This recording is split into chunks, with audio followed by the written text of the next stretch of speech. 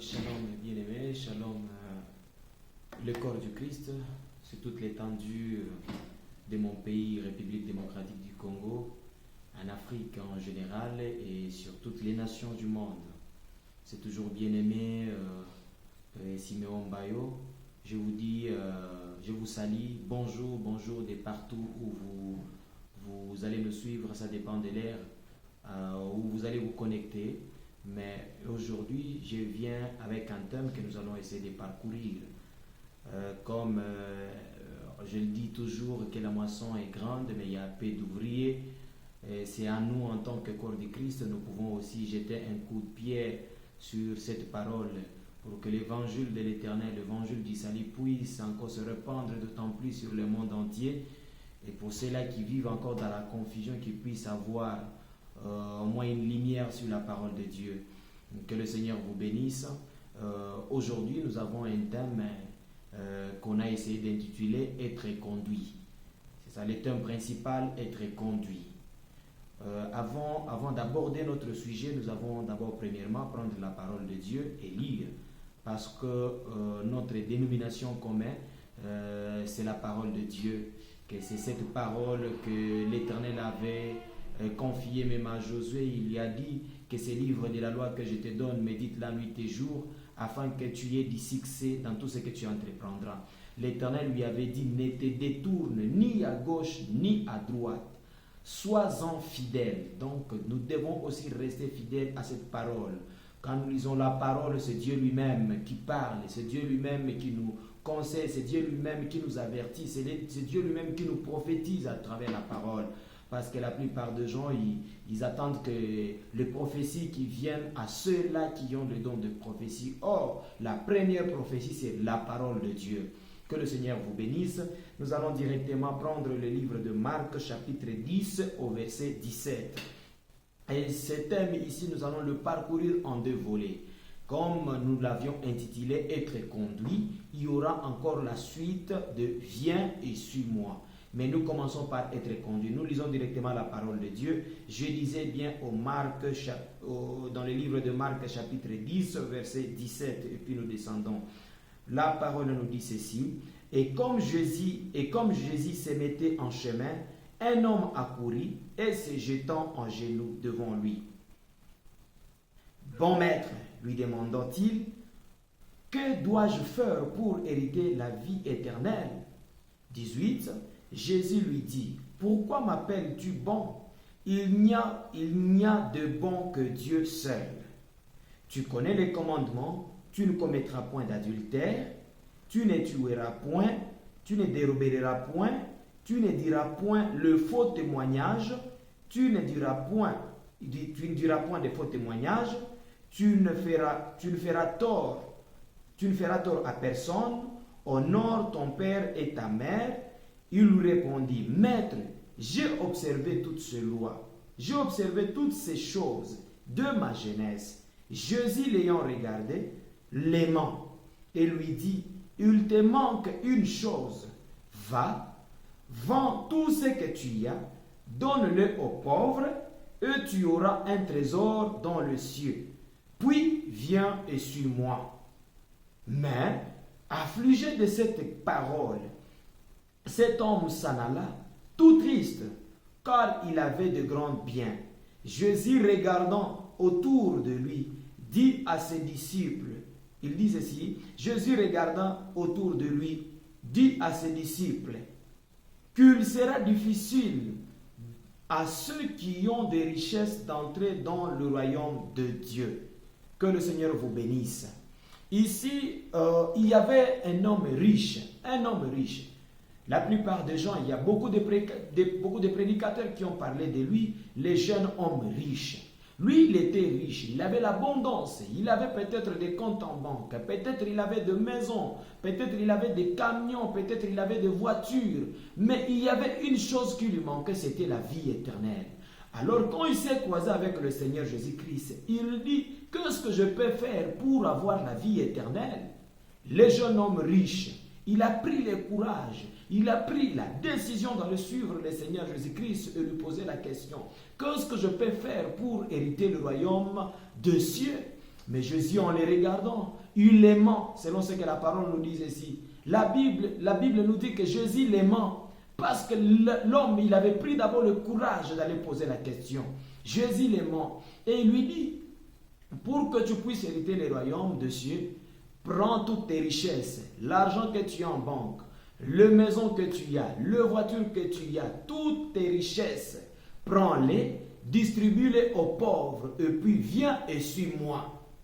Mais le jeune riche, il a regardé, il avait beaucoup de biens, il n'y avait pas moyen de distribuer cela. Maintenant, nous allons essayer de parcourir. Parce que si nous regardons très très bien, cet homme, il avait des parents qui lui ont enseigné la parole de Dieu. Il avait une mère, peut-être une bonne maman qui lui avait enseigné la parole de Dieu. Mais quand le fils, il a vu tout cela, l'argent qu'il a, il a vu que c'est vanité, mais je dois chercher la vie éternelle. Quand il est allé auprès de Jésus, il a trouvé aussi un obstacle qui était devant lui et que cette personne ne devrait pas répondre positivement et abandonner ses biens pour aller suivre Jésus-Christ afin d'avoir la vie éternelle. Maintenant, nous allons essayer d'aborder quelque chose. Ici, à chaque fois, nous appelons, à chaque fois, chaque personne, chaque pays, chaque organisation, chaque église, toutes les nations entières, chaque entreprise a besoin d'être conduit. Moi, tel que je suis ici, j'ai besoin d'être conduit. Le militaire, ils ont besoin d'être conduits. Chaque pays a besoin d'être conduit par un représentant. Mais comment est-ce que nous devons faire? Ici, quand on a appelé cet homme de suivre Jésus-Christ, c'était lui le conducteur de ce jeune homme riche. Mais le jeune homme riche, il a vu la valeur de bien qu'il avait. Il n'a pas voulu d'abandonner cela pour suivre Jésus-Christ. Mais comme on le disait, que chaque personne a besoin d'être conduite. Mais il n'y a qu'un seul bon berger qui est le Seigneur Jésus-Christ. Et pour nous, Dieu il nous a comparés comme de brebis. Et une brebis ne peut pas se conduire, elle-même. Elle doit avoir un conducteur qui va la conduire partout où elle va partir. Une brebis ne peut pas se conduire elle-même, sinon elle va se perdre. Il faut qu'il y ait toujours un conducteur. C'est pourquoi le Seigneur Jésus-Christ lui-même, il a dit qu'il est le bon berger. Il est le bon berger pour conduire les brebis dans la bonne voie. Il est le bon berger pour nous montrer quelle est la bonne voie à suivre. Il est le bon berger parce qu'il prend soin de nous. Même quand nous sommes affamés, lui, il pourvoit à nos besoins. Que le Seigneur vous bénisse. Nous continuons encore avec cette parole. Ce jeune homme riche, nous allons le parcourir. Avant de parcourir cela, nous allons d'abord lire Jean chapitre 10, verset 11. Comme la parole nous dit que Jésus-Christ, il est le bon berger. Chaque pays, chaque nation, chaque entreprise, chaque église a besoin d'un conducteur. Chaque église a besoin d'un conducteur. Mais ici, Jésus nous a comparés comme de brebis. Et en tant que brebis, nous devons avoir un berger qui va nous conduire partout. C'est pourquoi nous allons lire dans Jean chapitre 10, Jean chapitre 10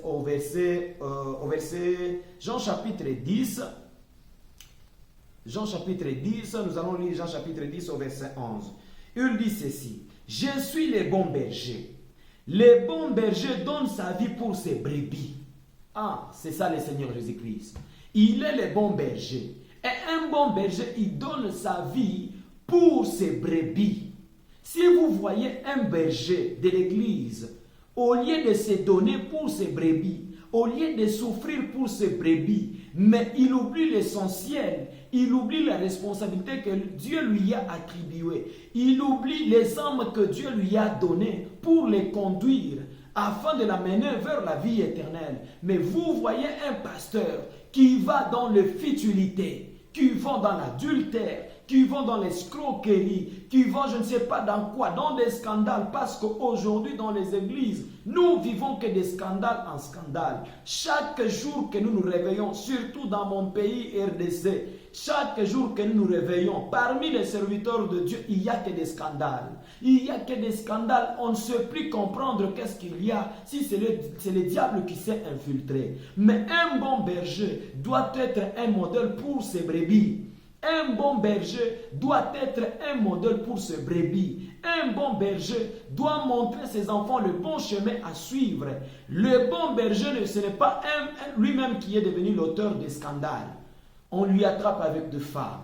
On lui attrape, il commet que des gaffes que je ne saurais même pas énumérer. Mais Dieu nous compare comme de brebis et lui, il est le bon berger. Avant d'aller plus loin, nous allons d'abord prendre la prédication de mon prophète William Maron Branham dans la prédication Être conduit, dans le sermon Être conduit au paragraphe 18. Que nous dit Frère Branham? Frère Branham, il dit ceci.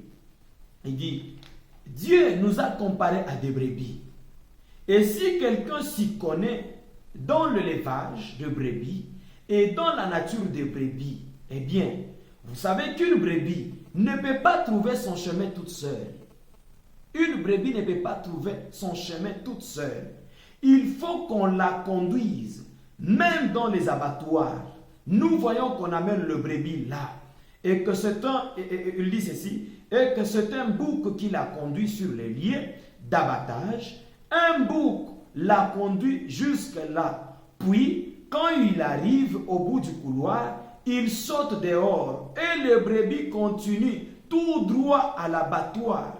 Donc, nous voyons qu'une brebis ne peut pas trouver son chemin toute seule. En tant que brebis, il n'y a aucune brebis qui peut trouver un chemin toute seule. Même ce jeune homme riche, il était aussi une brebis. Il était une brebis, il cherchait une voie qui peut l'amener pour voir la vie éternelle. Il était une brebis bien enseignée, une brebis bien apprise par ses parents.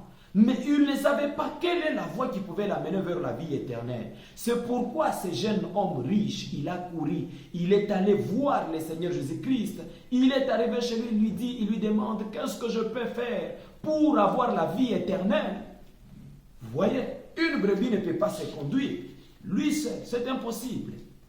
Une brebis ne peut pas se conduire elle-même. Non, c'est difficile. Il faut qu'il y ait un berger qui peut le conduire. On va développer maintenant notre sujet sur ces jeunes hommes riches. Nous sommes toujours dans le même sermon. Nous commençons au paragraphe 96. Nous allons sauter un peu au paragraphe 96. Maintenant, écoutez ce que Frère Branham dit. Il dit ceci. Maintenant, probablement, que la première pas, il dit ceci. Maintenant, probablement, que le premier pas que vous avez fait dans votre vie, en parlant d'être conduit, vous l'avez probablement fait en tenant le main d'une gentille maman. Chaque personne qui vit sur la terre, et il a été conduit, chaque personne qui vit sur cette terre, et il a été conduit par sa maman. C'est la maman qui lui a montré le premier pas à faire. Il lui a conduit, il lui tenait dans ses mains pour lui conduire maintenant sur la voie afin qu'un jour qu'il puisse marcher, afin qu'un jour qu'il puisse manger. Donc la première enseignante d'abord c'est la maman.